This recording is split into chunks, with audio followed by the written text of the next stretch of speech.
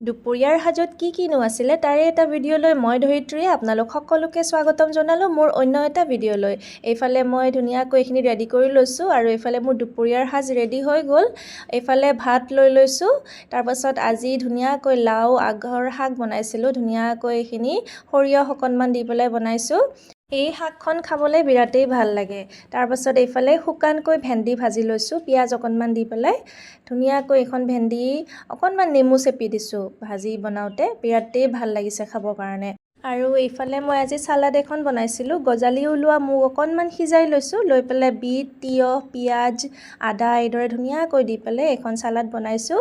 তাৰপাছত এইফালে লৈ লৈছোঁ মিক্স দাইল আৰু এইফালে নেমু, একেবাৰে তাজা নেমু এপিচ লৈ লৈছোঁ ফ্ৰেছ। তাৰপিছত এইফালে অকণমান বিট এইদৰে কাটি লৈছোঁ আৰু আজিৰ দুপৰীয়াৰ সাজ আমাৰ এইদৰেই আছিল। দুপৰীয়াৰ সাজৰ ভিডিঅ'টো কেনেকুৱা পালে জনাবলৈ নাপাহৰিব। ধন্যবাদ।